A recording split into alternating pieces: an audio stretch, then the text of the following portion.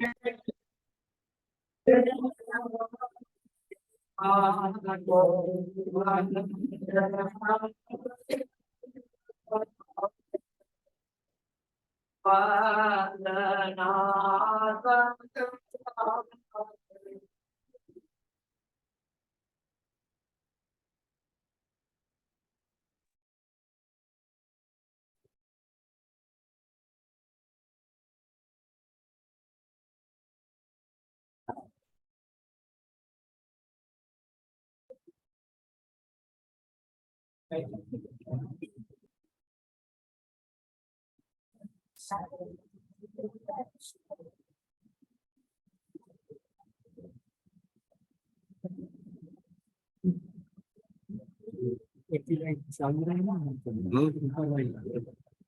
से क्या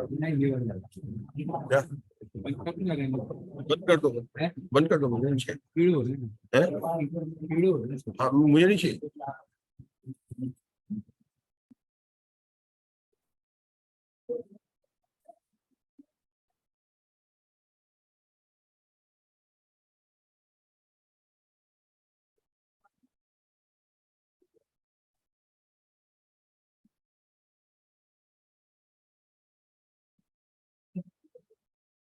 सावधान।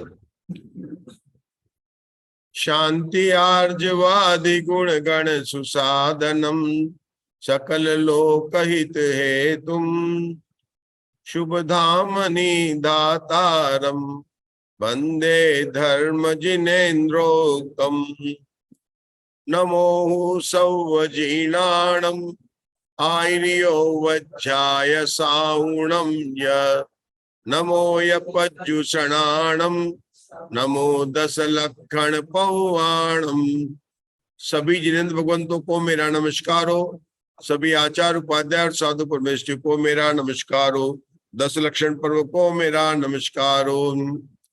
अरिहंत है 10 धर्म धारक, धर्म धारक है से चार्य है उपजाय है मुनिराज सर्व प्रसिद्ध है। तो आत्मा को जानते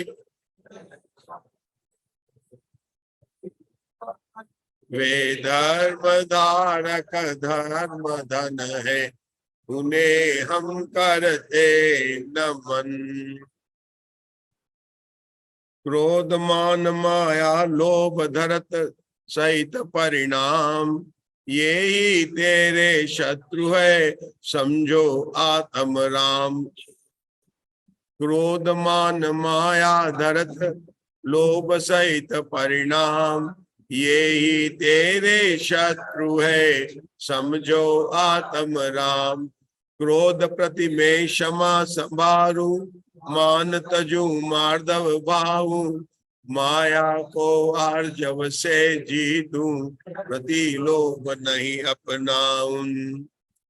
क्रोध मान माया लोभ चारों कषाय हैं और उनके अभाव में उत्तम क्षमा, उत्तम मार्दव, उत्तम आर्जव और उत्तम शोच धर्म प्रकट होता है। नियम सार जी ग्रंथ की गाथा है। बात एक एक दिन चल रही थी। पहले दिन हमने उत्तम क्षमा, दूसरे दिन उत्तम मार्दव आर्जव, कल यद्यपि अपन ने उत्तम सत्य दिया सकी चर्चा की, लेकिन क्रम तो देखे 4 कषाय में, तो चौथी कषाय का नाम है लोभ कषाय। 4 कषायों का जो विभाजन किया गया है वह राग और द्वेष रूप किया गया है। माया और लोभ को राग रूप कषाय के अंदर ले जाया गया है और क्रोध और मान को द्वेष रूप कषाय में। कहा तो यही कहा जाता है कि लोभ कषाय के अभाव में उत्तम शोच धर्म प्रकट होता है। आज हमें जानना, यहाँ पर चर्चा करेंगे कि क्या केवल लोभ कषाय के अभाव में उत्तम शोच धर्म प्रकट होता है, या यहाँ पर कहना है कि लोभांत कषाय, क्योंकि कषाय को होती है 25। दर्शन मोह के 3 भेद, लेकिन चारित्र मोह के कितने भेद है? 25। 16, 4 अनंतानुबंधी, 4 अप्रत्याख्यान संबंधित, 4 प्रत्याख्यान, 4 संजरण। ये तो हो गई 16 कषाय। इसके अलावा 9 कषाय, हास्य रति, अरति शोक, भय जुगुप्सा और 3 वेद, इन सभी का नाम 9 कषाय है। दोनों को मिला ले 16 और 9 तो 25 कषाय का भेद होता है। ध्यान यह देना है कि जो उत्तम शोच धर्म प्रकट होता है वह 25 कषायों के अभाव में प्रकट होता है, केवल लोभ कषाय के अभाव में नहीं लेना। 25 कषाय क्यों लोभ को अंत में क्यों रखा? कि लोभ के क्षय होने से पहले सभी कषायों का क्षय हो जाता है। 9 कषाय का क्षय तो अपने अपने स्थान पर होता है, पुरुष वेद के साथ में वह भी क्षय हो जाता है। तो उत्तम शोच धर्म लोभ कषाय के अभाव में उत्पन्न होता है, कहा तो जाता है, लेकिन क्या सारी कषायों के, क्योंकि 10वें गुण स्थान तक जब तक मोह का उदय है तब तक पूर्ण रूप से उत्तम शोच धर्म प्रकट नहीं होगा। मैं जो सारी चर्चा भी कर रहे हैं यह पूर्णता की अपेक्षा से, लेकिन अगर एक देश की अपेक्षा से देखें तो जो कहा गया कि श्रावक के भी एक देश 10 लक्षण धर्म प्रकट होते हैं, तो वह 4थे गुणस्थान की बात लेना पूर्णता के रूप में मुनिराज के लिए है। लेकिन अगर कर्णानुयोग के आधार से देखें तो 10वें गुणस्थान तक जब तक लोभ की सत्ता है तब तक उत्तम शोध धर्म प्रकट नहीं होता। बात है, अपेक्षा की बात है, समझने का प्रयास कर रहे हैं कि शुचि कहा ना उत्तम शोच, तो उसकी परिभाषा क्या है? क्या लिखाया? शुचेर भाव शोचम, शुचिता अर्थात पवित्रता। शौचालय, जिनालय, विद्यालय, भोजनालय, समझ रहे ना? जिनालय, भोजनालय, विद्यालय और शौचालय। आपको सब नाम सुनने में तो अच्छा लग रहा है, लेकिन बाद में शौचालय का नाम सुनकर थोड़ा सा नहीं लग रहा है। ये तो हमारे बोल भाषा में उसको बता दिया है, लेकिन शब्द तो शौचालय का मतलब पवित्रता का स्थान। मेरी अपने आत्मा ही वास्तव में शौचालय है। उसका नाम जिसका भी पड़ गया उसका कारण है। देखिए, पाक का अर्थ होता पवित्रता, और कोई कहते कहां जा रहे हो? भाई पाकिस्तान जा रहा हूं। ये हमारे नाम पवित्र हो गए। शौचालय का मतलब क्या है? शुचेर भाव शोचम, पवित्रता का नाम शौच है। उत्तम शब्द लगा यहाँ पर, जो क्या लिखा गया? उत्तम सम्यक दर्शन की सत्ता का सूचक है। फिर भी मैं चर्चा करने वाला हूं कि उत्तम शब्द का क्या अर्थ सम्यक दर्शन होता है, इस पर अपन गहरी चर्चा करेंगे। लेकिन यहां पर जो कहा जाता है कि उत्तम का अर्थ सम्यक दर्शन है, उसका केवल इतना समझना कि जिसको ये धर्म प्रकट होते वो सम्यक दृष्टि होता है, मिथ्या दृष्टि नहीं होता। क्या कहा मैंने? 10 धर्म के आगे जो उत्तम शब्द लगा है और उसका अर्थ हमको यह बताया जाता है कि सम्यक दर्शन, तो वहां क्या लेना है? सारे के सारे जो ये धर्म के लक्षण बताए गए हैं वे किसको प्रकट होते हैं? सम्यक दृष्टि को प्रकट होते हैं, मिथ्या दृष्टि को नहीं प्रकट होते।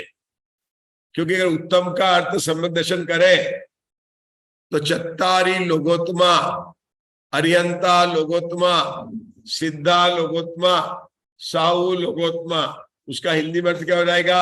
अरियंत सम्यक दर्शन है, सिद्ध सम्यक दर्शन है, साहू सम्यक दर्शन है, और लोक में भगवान के द्वारा कहा गया। ऐसा हो सकता है क्या?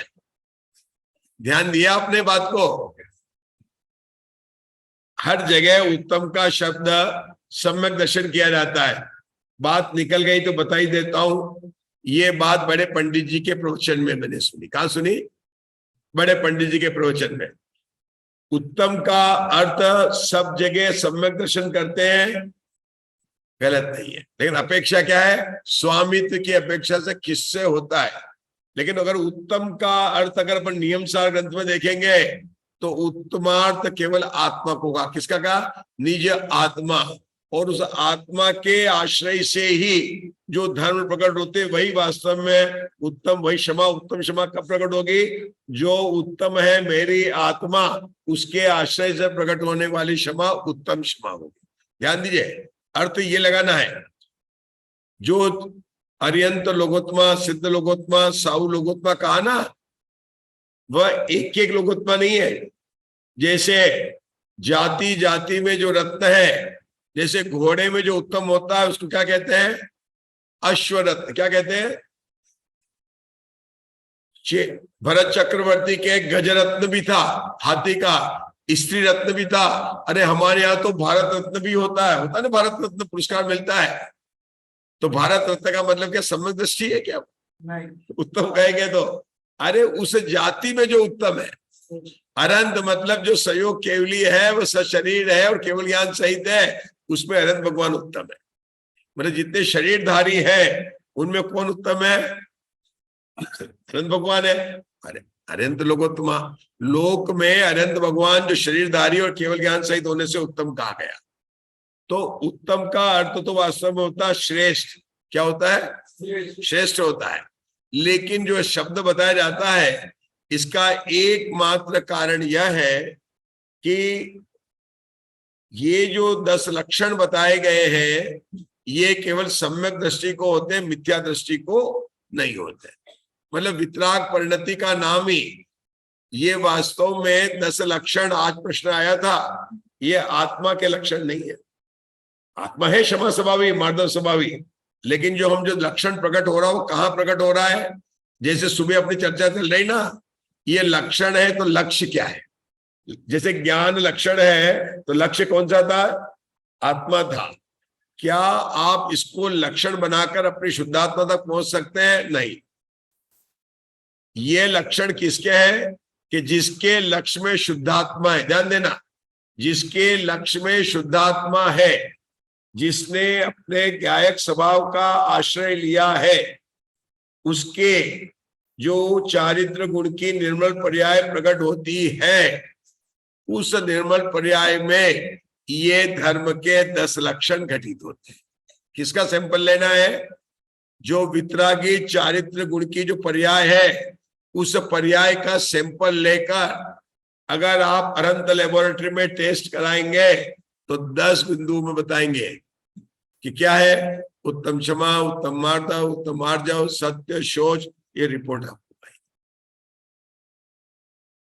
बात करनी है अपने को आज उत्तम शौच धर्म की। आत्मा को एक नदी कहा गया। क्या कहा गया? आत्मा कौन सी है? नदी है। इस नदी के शील रूपी तट है और इस नदी का जो पानी है वह सत्य रूपी प्रवाह है। तो संयम रूपी जल से, संयम रूपी जल में परिपूर्ण आत्म नदी में हम में से जो कोई भी स्नान करेगा उससे वास्तव में पवित्रता प्राप्त होगी। गंगा नदी में नहाने से पवित्रता प्राप्त नहीं होगी, जमुना में नहाने से प्राप्त नहीं होगी, शीर जाकर के जल से स्नान करने से पवित्रता प्राप्त नहीं होगी। उत्तम शौच धर्म कैसे होता है और किसको होता है, समझना तो पड़ेगा ना। उत्तम शौच धर्म किसको होता है? तो एक साधारण से कहेंगे तो सम्यक दृष्टि को होता है, मिथ्या दृष्टि को नहीं होता। एक देश मुनिराज, मतलब सर्वदेश मुनिराज को होता है और एक देश श्रावकों को होता है। उत्तम शौच धर्म किसको नहीं होता? देखिए आपके सामने फोटो लगा हुआ है, देखा ना, उसको नहीं होगा। क्या श्रावकों को भी होता है कि नहीं होता है? तो कहा है जो सम्यक श्रावक कहते हैं उसको सम्यक दृष्टि क्या है? तो मुनिराज को भी शौच धर्म है और श्रावक को एक देश है। हम रोज यहाँ पर 10 लक्षण धर्म का विधान कर रहे हैं। उसकी जयमाला की पहली लाइन में, 2 लाइन में आता है कि एक देश। कल फिर ध्यान देना अपना, कल फिर बोलने वाले अपन समुच्चय पूजा करते हैं ना सुबह, आप लोग रहते हैं ना सब लोग, तो ध्यान देना एक देश श्रावक के पालन होते हैं और पूर्ण रूप से मुनिराज को पालन होते हैं। तो किसके होता है? तो मुनिराज के भी होता है और श्रावक के भी होता है। मतलब चौथे 5वें गुणस्थान के श्रावक के भी होता है। दोनों में अंतर क्या है हम बता रहे हैं। यहां पर मुनिराज ने क्या कहा, सम संतोष जलेट, संतोष रूपी जल से जो अपने तीव्र लोभ को धोता है, और क्या होता है, भोजन आदि में जिसकी वृद्धि का परिणाम नहीं है उसके शोच धर्म होता है। ये किसकी बात बता रहे हैं, मुनिराज की बता रहे हैं। अब श्रावकों के शोच धर्म किसको कहा है, ये गाथा प्राकृतिक में आपको पढ़ कर बताता हूं। अहवा मतलब तथा, अवा मतलब तथा, जीणवर पूज्य विहान निम्मल, और नी जो है प्राकृत में लिखना है नी, टाइपिंग में आप टाइपिंग मिस्टेक मत देखना। निम्मल काय जल नहाने तम पे शौच गियतम भासियऊ नवी मुनिवराहम कयू लोया सीयू। क्या मतलब है, प्राकृत ने बताया कि श्रावकों के भैया 10 लक्षण धर्म अपने जीवन में धर्म को प्रकट करने के लिए है और किसी के लिए नहीं है। तो ये 10 दिन के बाद में भी तो अपने को करना है ना धर्म को। तो क्या कहा है कि श्रावों के शोच धर्म किससे प्रकट होता है, रोजाना जिनेंद्र भगवान का अभिषेक और पूजा करने से प्राकृत भाषा में कहा गया है कि श्रावकों के। लेकिन यह स्नान करके अभिषेक करना न भी मुनिवराहम, ये मुनियों के कहने योग्य उनके शोच धर्म की बात नहीं है। हमें इसको बहुत जीवन में ध्यान रखना भाई लोगों। केवल 10 लक्षण पर नहीं, हमारे श्रावक का रोज प्रक्षाल और पूजा कर्तव्य है। दर्शन करना मात्र इस मनुष्य भाव का नहीं, अभिषेक प्रक्षाल जो अपने यहाँ चलता है और पूजा करना, इसको जिनागम में शोच धर्म कहा गया व्यवहार से। लेकिन ये बताना है कि श्रावक की भूमिका में इतना सदाचार होगा तब ही सम्यक दर्शन की पात्रता जगेगी। बात कर रहे थे लोभ कषाय के अभाव में शोच धर्म प्रकट होता है। हमें तो और लोभ को पाप का महापाप कहेगा, लोभ पाप का, और पाप के नाम आपको याद है क्या है, हिंसा, झूठ, चोरी, कुशील और परिग्रह। उन 5 पाप में नाम मेरे को तो नहीं दिखने मिला, आपको मिला भाई साहब। लेकिन लोग को तो पाप का नहीं, पाप का बाप का है।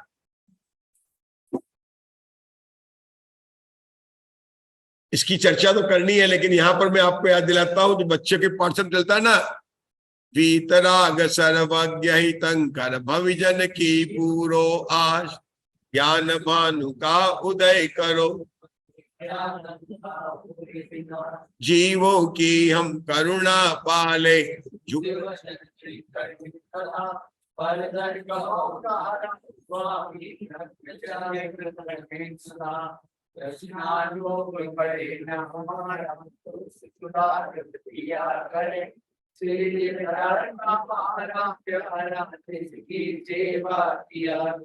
देखो यह 5 पाप का प्रकरण चल रहा है। 5 पाप में पहले हिंसा का नाम लिया, झूठ का नाम लिया, चोरी का भी लिया, ब्रह्मचर्य का। देखो लेकिन क्या लिखा परिग्रह में, किसका लिखा, तृष्णा लोभ बड़े न हमारा। क्या कहा, पाप के नाम तो आप लोग है, हिंसा, झूठ, चोरी, कुशील और परिग्रह। और 5 पापों में परिग्रह सबसे बड़ा पाप है ना।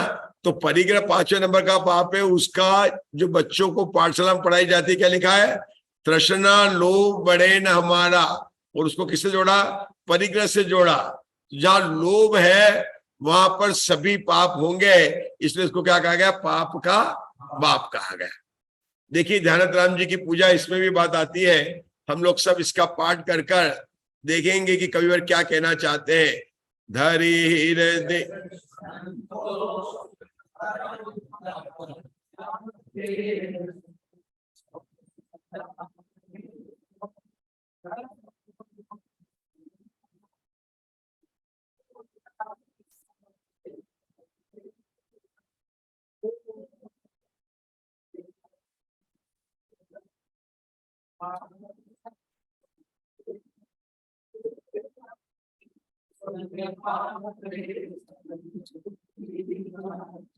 प्राणी सदा शुचिशील जप तप ज्ञान ध्यान प्रभाव ते।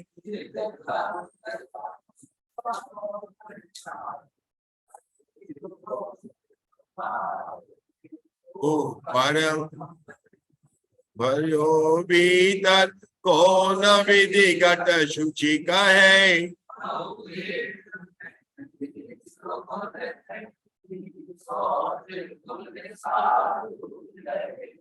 बहुत सुंदर। ये पूजा ही ऐसी कि इसमें 10 लक्षण के निश्चय व्यवहार दोनों स्वरूप को बताया गया है। लोभ जगत में किसको लोभी कहा जाता है और किसको निर्लोभी कहा जाता है। हम कहीं जा रहे, तीर्थ यात्रा पर गए, कहीं घूमने गए, कहीं बाहर गए, दर्शन करने गए और टेम्पो किया था, किसी भाई ने तुरंत उतरने से पहले सबके पैसे चुका दिए। क्या कर दिए? हर जगह जहां पर थे दूसरे को तो जेब में हाथ जा रहा था और कुछ भाई ऐसे बैठे, मैं नहीं कह रहा हूं, अपने अपने ऐसे हो सकते हैं कि जिनके हाथ जो है ना ऊपर के ऊपर रहे, नीचे भी नहीं निकले, होते हैं ऐसे। और कुछ ऐसे होते हैं कि आने से पहले उतरना है तो अपने जेब से निकाल के सबका पैसे देने का आगे बढ़ जाते हैं। ऐसा होता है कि नहीं होता है? देखो, हमको उदाहरण से समझना है कि धर्म का लक्षण क्या है, इसलिए अपन के जीवन में घटित होने वाले उदाहरण से मैं चर्चा कर रहा हूं। ऐसा होता है कि नहीं होता भाई साहब? और जो आपके साथ में वो हर जगह आपका उसका पैसा दे देता है तो आपको वो निर्लोभी लगता है कि नहीं लगता है? सही बताना। चाहे आपके भोजनालय गए, वहां पर भोजनालय में उसने कूपन ले लिए, दे दी, क्या क्या बड़े देर, और जो नहीं देता हो क्या लगता है कि वो लोभी है। इनके तो क्या लोभी, मां कंजूस कंजूस को भी कह दीजिए आप, कह देते, बोलेंगे नहीं लेकिन मन में तो सोच ही लेते ना। तो हमने लोभी और निर्लोभी में लक्षण किसके आधार से बांधा? जो पैसे खर्च करता है, पैसे खर्च करता है। और देवताओं में तो डॉलर है, स्वर्ग में न रुपया, कोई करेंसी चलती नहीं, वहां तो पैसा ही नहीं। पैसा है कि आपने सुना कि स्वर्ग में क्या चलता है? रूबल, पाउंड, रुपीस, क्या चलता है? और 4 गतियों में हमने कहा था ना, 4 कषायों में, यद्यपि चारों कषाय एक साथ होती है, मैं बताता हूं, उदय तो एक समय में एक कषाय का आता है, लेकिन बनती चारों कषाय भाई साहब आपको पता है? क्रोध, मान, माया और लोभ। भले अभी वर्तमान में आपके लोभ कषाय का उदय चारों बंधेगी, क्रोध का उदय चारों बंधेगी। आपको पता है कषाय को बुरा क्यों कहा जाता है? बता दूं आपको। आप फोन तो करेंगे रिलायंस का, है ना, और आपको बिल आ जाएगा चारों कंपनी से, BSNL से भी आ जाएगा, एयरटेल से भी आ जाएगा। अच्छा लगेगा क्या? आपको ऐसा कनेक्शन मिल गया कि आप फोन यूज तो कर रहे हैं रिलायंस का, जियो का, और बिल चारों को देना पड़ेगा। आपका उदय तो क्रोध कषाय का चल रहा है, वो पेमेंट चारों का, क्रोध, मान, माया, लोभ चारों बन जाएंगे। बंदेगी तो फल भी आए, उसको उदय में आगे नहीं आएगा।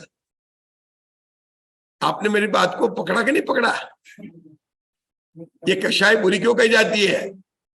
क्योंकि उदय तो आता है एक का, लेकिन बनती कितनी है? चारों बनती है। क्रोध कषाय की अधिकता बताई नरक में, माया की अपनी चर्चा की थी तिरंज गति में, मान की अधिकता कहाँ की थी आपको बताना, कहां पर की थी? मनुष्य बताई गई है, चारों होती है, लेकिन लोभ कषाय की अधिकता होती है देव गति में, और वहां पर पैसे का व्यवहार ही नहीं है वहां पर। और हम सारा लक्षण क्या बता रहे हैं? पैसे से बता रहे हैं। अगर पैसा से लक्षण बताएंगे तो नारकियों के पास तो बटवा ही नहीं, उनके पास तो कपड़े ही नहीं, रखेंगे कहां पर है? देवों में तो पैसा ही नहीं है, तो उन सबको उत्तम शोध धर्म प्रकट हो गया कि नहीं हो गया? तो ये लक्षण कैसे दोष हो गया? अव्याप्त दोष हो गया। अगर आपने जो पैसा खर्चा करता है और उसको निर्लोभी बना दिया तो ये लक्षण कैसा है? अव्याप्त दोष से।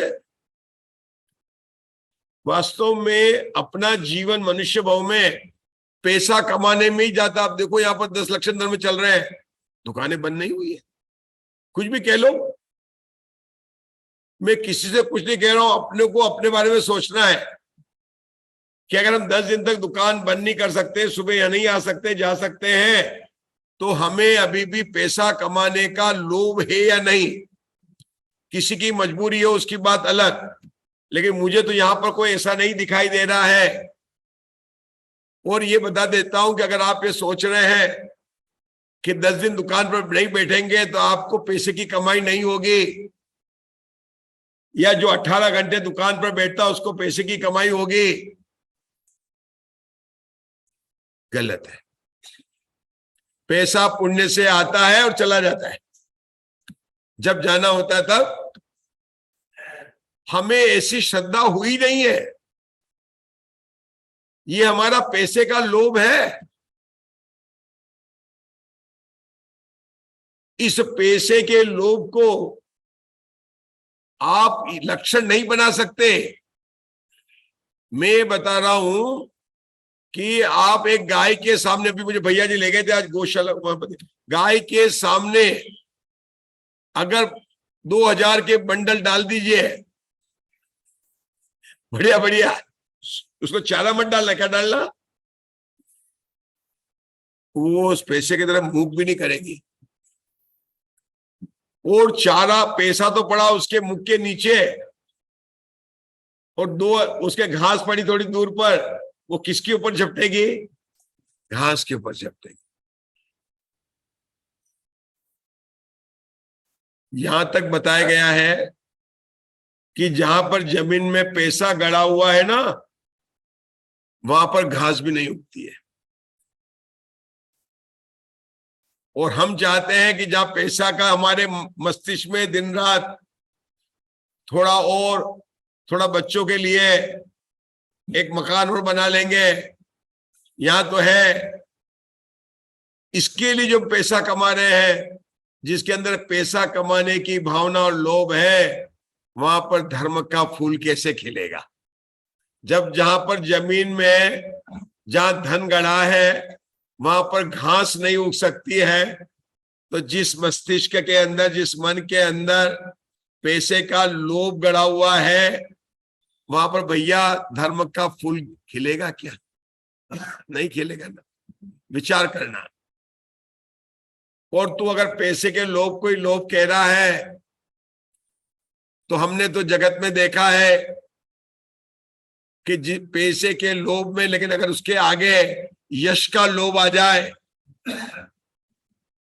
तो वह लोभ को भी घटा देता है, कषाय को काट देता है। और व्यक्ति यश के लिए और नाम के लिए, आपने देखा होगा, बड़ी बड़ी बोली लेकर बड़े बड़े कार्यकर्ता पैसे खर्चते।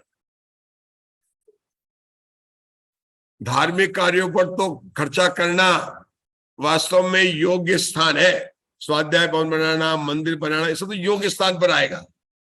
लेकिन आपने तो देखा होगा, जिंदगी भर की पर्यूषण में मंदिर न आकर दुकान में खोलकर कमाई हुई कमाई, बचा बचा कर खाई हुई कमाई, जब बच्चों की शादी होती है तो दिखाने के लिए अच्छी होटल बुक करते, धर्मशाला नहीं करते। और जो आजकल के मेहमान आते हैं उनको एयर कंडीशन भी चाहिए, मॉर्निंग ब्रेकफास्ट भी चाहिए, और अच्छा अच्छा जो है ना। और यह व्यक्ति दिखाने के लिए अधिक से अधिक खर्च करता कि नहीं करता है।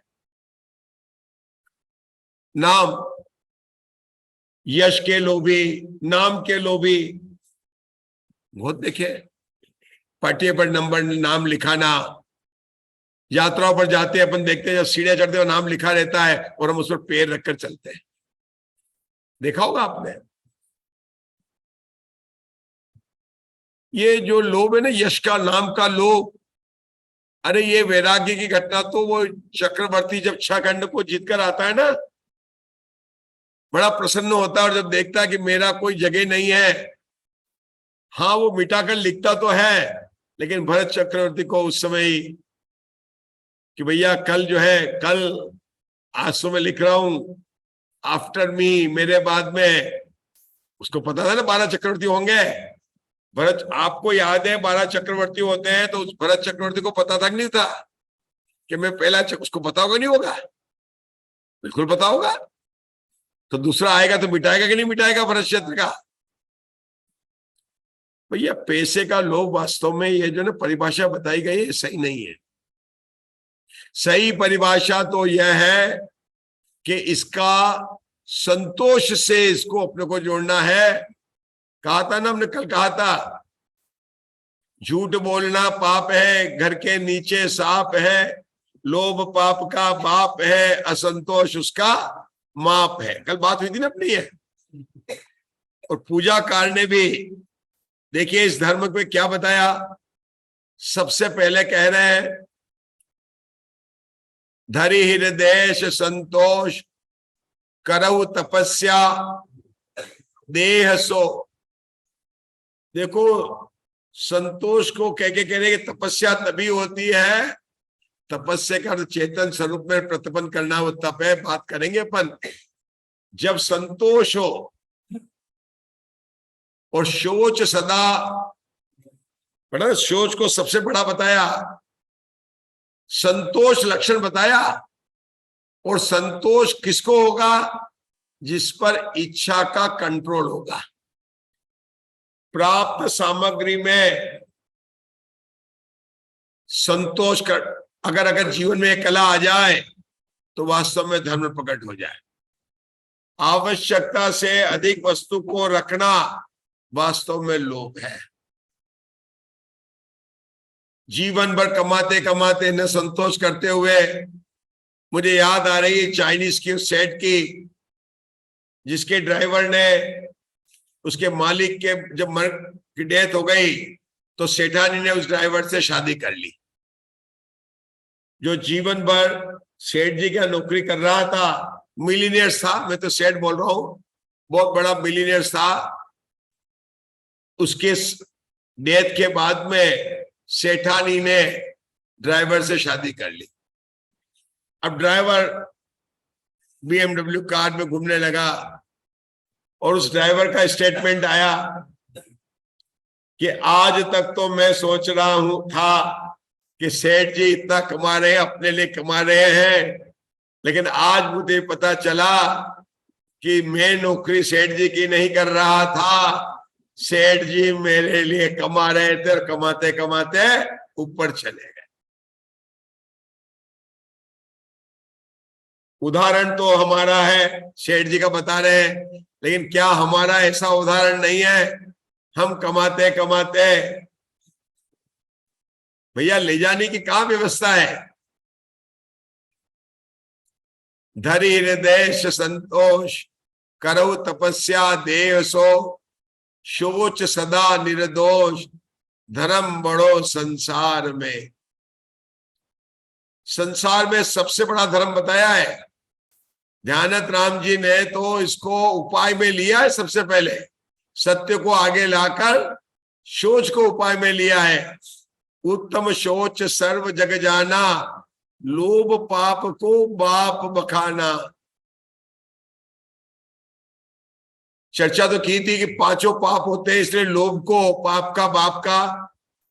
दूसरा पॉइंट है कि लोभ सबसे अंत में जाता है, युद्ध किया जाता है, तब जो सबसे कमजोर योद्धा होता है वह सबसे पहले उसका मरण हो जाता है। युद्ध में कौन सबसे पहले जाएगा? जो अंत तक टिका। अरे कबड्डी ले लो, कबड्डी कबड्डी करते ना आप लोग, जो अंत तक आउट नहीं हो वो कौन होता है? योद्धा होता है। इस जीव राजा की कर्म के साथ में जो लड़ाई चल रही थी ना, वास्तव में तो अपने आत्मसभा में स्थिर हो रहा था, लेकिन सबसे बाद में कौन गया? लोभ गया। तो लोभ प्रबल हुआ कि नहीं हुआ? ये लोभ पाप का बाप है ना। मुझे कहानी याद आ रही है, एक थे जो बनारस में जाकर 10 साल में शास्त्री वगैरह विद्वान बन के आए, बहुत अच्छी पढ़ाई करके आए विद्वान, अपने नहीं 10 साल तक किया। पिताजी बहुत बड़े सेठ थे, मेरे बेटे को मैं विद्वान बनाऊंगा, भेज दिया। 10 साल पढ़कर आए, गांव में प्रवचन वगैरह करने लगे, सब बात। उनकी सभा में एक ने पूछा, लोभ को पाप का बाप क्यों कहते हैं? इसका तो नाम हमारे पाप में आता ही नहीं है। वो विद्वान जो 10 साल तक पिता के आया था, एकदम चुप हो गया कि उसको याद था हिंसा, जो चोरी, कुशल परिग्रह, फिर से बोला पाप का नाम नहीं है। लोभ तो क्रोध, मान, माया, लोभ, कषाय है, बराबर याद था, विद्वान को याद था, नहीं बता पाया। बताया कल बताऊंगा, कल अच्छे से समझाऊंगा। इतना तो पढ़ा लिखा तो समझा देना सभा में, अभी विषयांतर हो जाएगा। क्या बोला उन्होंने? बोल दिया। रात को गए, रात भर नींद नहीं आई। अरे मैं 10 साल पढ़कर आया और एक प्रश्न का उत्तर नहीं दे सका, नींद नहीं आई। सुबह होते होते वापस चल दिए कि मैं तो वापस चलूंगा बनारस में और वहीं पर ही पता करूंगा कि लोभ पाप का बाप क्या है। उस जमाने में कोई साधन तो थे नहीं थे, जा रहे थे, रात को जाते आते कहीं पर जगह मिली, वहां सो गए। सुबह पता चला, वहां पर देखा कोई जिसका घर था वो आए, तो वहां पर जो बहन आई थी उससे पूछा, हाँ मैं यहां पर रात को सो गया था। देखिए आप कौन है? कि मैं तो वेश्या हूं। क्या बोला उसने? अब ये तो पंडित जी थे, ब्राह्मण पंडित जी होंगे। अशुद्ध अशुद्ध, हरे हरे हरे हरे हरे हरे हरे। क्या हो गया पंडित जी? अरे मैं भ्रष्ट हो गया। अरे कहां भ्रष्ट हुए पंडित जी? वो देखो कुआं। क्या देखा? वो कुआं है। नहीं नहीं, मैं कैसे चाहूं, वो कुआं तो तुम भी जल लेती हो उससे। पंडित जी कोई बात नहीं है, आप ऐसा करो, मैं आपको शुद्ध हो जाएंगे आप, और लो 500 रुपए भी इनाम में दूंगी। आप क्या दूंगे? ना लो, ना लिया साहब। पंडित जी ने कहा ठीक है, अपने जाना है, अभी पता लगाना लोभ पाप का बाप है, स्टडी करनी है, और 500 रुपए भी मिल जाएंगे। और कुएं के पानी से तो, क्योंकि लिखा भी है कुएं का पानी पवित्र होता है। उससे पवित्र कौन होता है? पतिव्रता नारी होती है। उससे पवित्र कौन होता है? धर्मपरायण राजा होता है। सब लिखा हुआ है, पंडित जी को याद था ये। शुचि कुएं का पानी पवित्र होता है, गंगा जल की तरह से उन्होंने नहाकर पवित्र कर दिया। चलने लगे। अरे कहां जा रहे हैं पंडित जी? मेरे घर पर आए, कोई आता नहीं है, आप जैसे विद्वान महान पवित्र आदमी आए, खाना खा के तो चले जाइए। खाना तुम्हारे यहां से खाना? अरे कोई बात नहीं पंडित जी, खाना तो खाना ही पड़ेगा। मैं तो आपको दक्षिणा दूंगी, मेरे तो हो जाएगा 500 रुपए और दूंगी। पंडित जी को तो पता लगाने जाना था लोभ पाप का बाप है। तैयार हो गए, खाना बना, खाना खाने बैठे। फिर वो आई, पंडित जी समाज में मेरी कोई इज्जत नहीं है,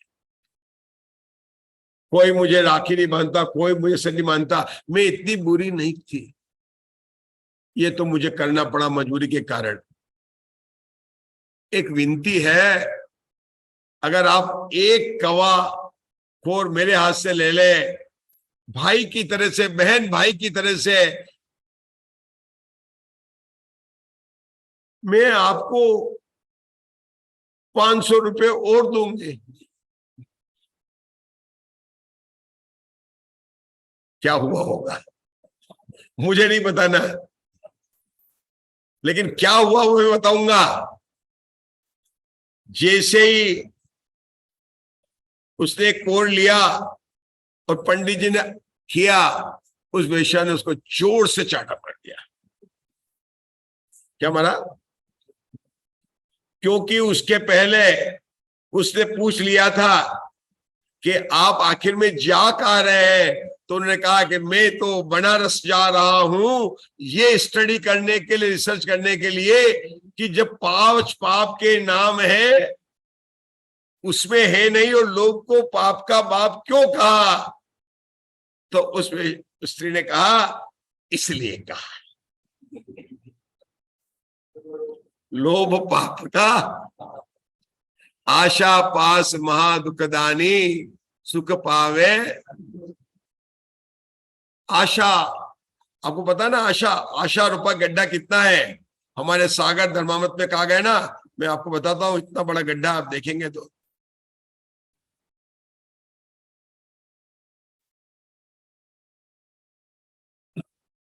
हाँ ये आ गया, आशा का गड्ढा क्या बताया गया है, आशा जी ने बताया है कि इतना बड़ा है कि सारे लोग को एक गड्ढा बनाए और उसमें जितने भी पदार्थ है भोगने योग उस गड्ढे में डाल दे, तेरी आशा रूप गड्ढे में, तो वो एक परमाणु के बारे में। क्योंकि कहते हैं जिसके पास में शती यानी 100 है वह सहस्त्री बनना चाहता है। क्या बनना चाहता है? जिसके पास में 1000 है वह लखपति बनना चाहता है। लखपति राजा बनना चाहता है, और जो राजा है वह इंद्र के वैभव, स्वर्ग के वैभव की कामना करता है।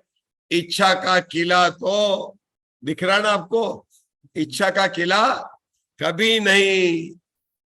आशा दुख महा, देखिए कितनी आशा के बारे में। और वास्तव में संतोष और आशा, जहां आशा नहीं रहेगी वहीं संतोष का जन्म होगा और वहीं पर आपको सुख की प्राप्ति होगी। हम तो आज समझ ही रहे हैं उत्तम शोध धर्म किसे कहते हैं, लोभ को पाप का बाप क्यों कहा गया है, लोभ और प्रेम में क्या अंतर है, शोच धर्म का उपाय क्यों कहा गया है, यही सब तो प्रश्न है ना। और ये पूजा के आधार से हम इससे, हमने अभी पढ़ा आशा पास महा दुख दावी सुख पावे, आगे प्राणी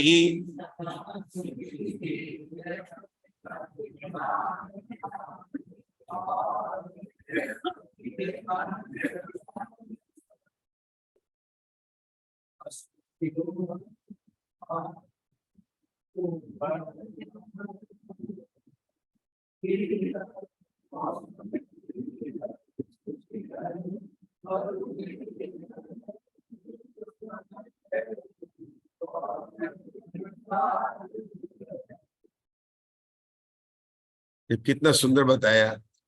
प्राणी वास्तव में शुद्ध कैसे होता है, शील जप तप ज्ञान। शील पाउंड में इसकी बहुत बड़ी बात आई है।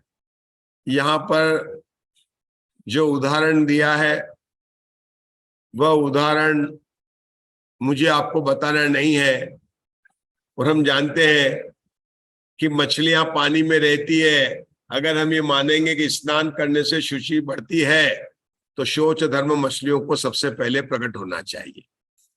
ये उदाहरण कोई नया नहीं है आपका, लेकिन यहां पर तो कविवर ने क्या बताया, रोज, नित्य मतलब रोज, गंग मतलब गंगा नदी, जमुना मतलब जमुना नदी, और समुद्र से नहाए। ऐसा कौन व्यक्ति होगा, हो सकता है प्रयाग में होगा तो गंगा और जमुना दोनों से तो नहा सकता है, लेकिन समुद्र से कैसे नहाएगा? तीनों का नाम क्यों लिया भैया? अगर बनारस में तो गंगा नदी है, जहां पर यमुना है, आगरा के पास यमुना है तो यमुना में नहाएगा, लेकिन समुद्र तो दोनों जगह नहीं ना। और ये क्या है कि बोरिंग वाटर से भी नहाएंगे, वेल वाटर से भी नहाएंगे, वो भी आपका जो म्युनिसिपैलिटी का वाटर आता है उससे भी नहाएंगे, ऐसा क्यों कह रहे हैं? नहाना ही था ना। आपका एक जगह से नहाते ही 3 जगह से नहाते हैं, जो पानी आ रहा है उसी से नहाते हैं, पक्षाल करते हैं। लेकिन यहां तो क्या कहा, नित गंग जमुन समुद्र नहाए अशुचि दोष स्वभावते, ऐसा क्यों कहा?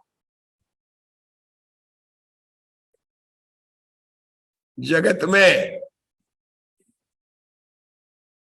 आजकल पानी ढोलने का तो कोई विवेक ही नहीं है। स्विमिंग पूल है, नहा रहे, बाल्टी भर भर के डाल रहे हैं। वास्तव में अगर हम अपने जीवन में विवेक उठाए ना, पंडित जी की बात माने, तो अपने को पूरा बाल्टी पर पानी चाहिए ही नहीं। नहाने के लिए, शुद्ध होने के लिए पूरे बाल्टी पर पानी चाहिए ही नहीं। लेकिन जगत में ऐसी मान्यता है कि खूब पानी से नहाएंगे तो बड़ा आनंद आएगा। जो शावर होता है, शावर क्या है, घंटे घंटे भर तक शावर के नीचे रहते हैं। तो जगत में शुद्धि का और फ्रेश होने का साधन दो बताया। एक बताया क्लीन वाटर और दूसरा बताया लॉट ऑफ वाटर। ध्यान देना, नित गंग जमुन समुद्र नहाए। गंगा नदी का पानी भी पूरा नहीं है। गंगा नदी का पानी पवित्र तो है, जमुना का पानी भी पवित्र है, लेकिन यहां तो कह रहे हैं कि तेरे को पवित्र पानी नहीं, जितना पानी समुद्र में है ना उस क्वांटिटी भी, पानी कितना समुद्र के बराबर, पानी कैसा शुद्ध, गंगा और जमुना के समान। ये तो उदाहरण है ना, क्या कोई गंगा और जमुना से पूरे नहाएगा क्या? उदाहरण बता रहे हैं। क्या बता रहे हैं कि शरीर की बाह्य शुद्धि, अगर तू पूरे गंगा और नदी और यमुना नदी की तरह जो शुद्ध है, उनको पता नहीं था। अपन होते तो क्षीर सागर थे, भरे क्षीर सागर लाते अपन तो वहां से लाते हैं, लेकिन जब जगत को पता है तो। और पानी कितना लेना? 1 बाल्टी, 2 बाल्टी, 4 बाल्टी, समुद्र के बराबर। कितना लेना? 3 शब्द आए ना, नित गंग जमुन समुद्र नहाए। समुद्र को बराबर बाल्टी बराबर पानी भर ले और गंगा जमुना जैसा पानी हो, तब भी तेरे को पवित्रता नहीं आएगी। पवित्रता कहां से आएगी? अंदर से। आगे उदाहरण दिया, ऊपर अमल मल भरियो, भीतर कौन विधि घट शुचि कहे। कुछ समझाना नहीं मुझे, आपको पता है। बाहर से घड़ा गंदा है क्या? बाहर से ऊपर अमल, उसको साफ कर दिया, लेकिन अंदर जो पानी भरा है वो डर्टी वाटर है। क्या आप उसको शुद्ध कहेंगे क्या? अरे घड़ा, यहां तो साफ की बात कर रहे हैं, मैं तो गोल्ड का बताऊं ना, चमकता हुआ सुंदर सा घड़ा हो। ये बात जरूर है कि आज अगर आप सोने के घड़े में गंदा पानी रखेंगे तो ले जाएंगे लोग, पानी तो फेंक देंगे। सोने का घड़ा तो। अभी भगवान महावीर के शिष्य ज्यादा इंटेलिजेंट हो गए। आदिनाथ भगवान के नहीं थे, बात बताऊंगा, ये मूलाचार की गाथा है ना। लेकिन यहां तो सिर्फ इतना ही समझाना है कि बाहर की शुद्धता से नहीं, अंतरंग की शुद्धता ही वास्तव में शोच धर्म है। आप बादाम क्या भाव आती है आजकल? 2000 रुपए, मुझे पता नहीं क्या भाव आती है। हाँ, 800 900 1000 रुपए जो बादाम आई ना, बढ़िया है कि उसका हलवा बनाई है, गुलाब जामुन बनाई है। लेकिन जैसे ही आपने किसी के सामने रखा और उसको याद है कि डॉक्टर ने बोला था अगर आप शुगर खाएंगे तो आपको डायबिटीज हो जाएगी, आप बिल्कुल बॉर्डर पर चल रहे हैं, उस व्यक्ति ने बढ़िया बढ़िया हलवा या गुलाब जामुन अपने मुंह में रखा। और उसकी आदत थी कि खाना पहले से भी मंजन करता था, अच्छा घिस घिस के सफेदी के चमकार जैसा करता था। उसने बढ़िया उल्ला उल्ला करके खाना खाया था और बस खाया नहीं, सब रख दिया, जस्ट टच किया था और याद आ गया तो निकाल दिया। और घर में बोला नहीं नहीं ये अच्छा है, ले लो वापस, ले लो, रख दो अंदर, रख दो। उसे ऊपर वाला टच नहीं किया था, केवल नीचे जीवात में रखा था और निकाल दिया, याद आ गया ना उसको। समझाना क्या है भैया कि ये शरीर इतना अपवित्र है कि इसके संयोग में एक क्षण भी पवित्र से पवित्र वस्तु आए, वह भी इसके आने पर अपवित्र हो जाती है। तो हम जो कहते हैं ना दीपे, क्या आगे क्या, दीपे चाम क्या बोलते हैं, आप बोलो ये। मतलब ये शरीर ऐसा है कि अपना शरीर इस निकाल दे ऊपर की चमड़ी को तो आप अपने को नहीं देख सकते, इतना घिनौना शरीर है। इस पूरी पूजा के छंद में